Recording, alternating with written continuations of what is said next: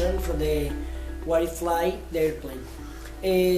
The most important parts of the aircraft wing. 1. Fuselage is the main structure of the airplane. It contains the passenger cabin.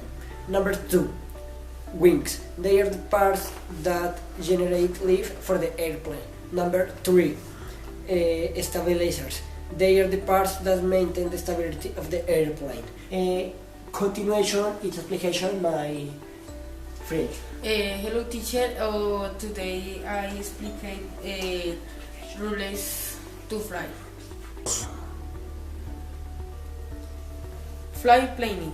Before flying, pilots must plan their route, calculate the weight and balance of the aircraft, and ensure that the weather and air traffic conditions are safe for the flight. 2. Communication. Pilots must communicate with air traffic control and follow their routes. Navigation. Pilots must use navigation instruments to keep track of their position and altitude.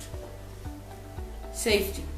Pilots must follow safety guidelines and produce such as performing pre-flight checks, using checklists and wearing safety equipment.